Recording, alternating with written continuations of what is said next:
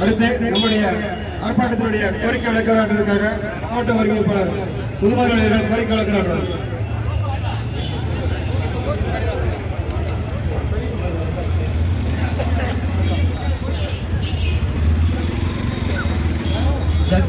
அழைப்பை ஏற்று வருகிற ஆசிரியர் அரசு மாவட்ட ஜனதொழில் மையம் சார்பாக மனமார்ந்த நன்றியையும் வாழ்த்துக்களையும் தெரிவித்துக் கொள்கிறோம். இங்கே நடைபெறக்கூடிய போராட்டம் ஒரு தற்செயல் உடையதாக, இந்த தற்செயல் இருக்க கூட சில பேருக்கு மனமில்லை. எல்லாமே வானத்தை பொது கீழே உள்ள நினைக்கிறாங்க, எதுவுமே கீழே உள்ள போறதில்லை.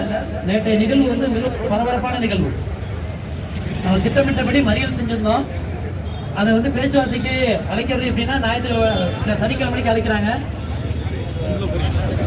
ஞாயிற்றுக்கிழமைக்கு பேச்சுவார்த்தைக்கு அறிவிக்கிறாங்க, திங்கட்கிழமைக்கு அழைத்து பேசுறாங்க.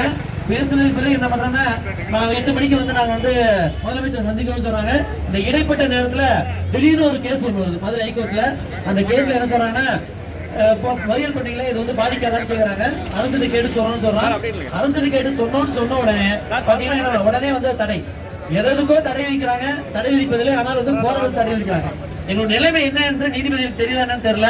நாங்கெல்லாம் 20 வருட காலமாக போராடி கொண்டிருக்கோம். ஒரு நாள் 2 நாள் இல்ல, நேற்றைக்கு நாங்கள் போராடி இன்றைக்கு நடுவு தெருவு வரல, தொடர்ந்து பல கட்ட போராட்டங்களை நடத்திட்டு இருக்கோம்.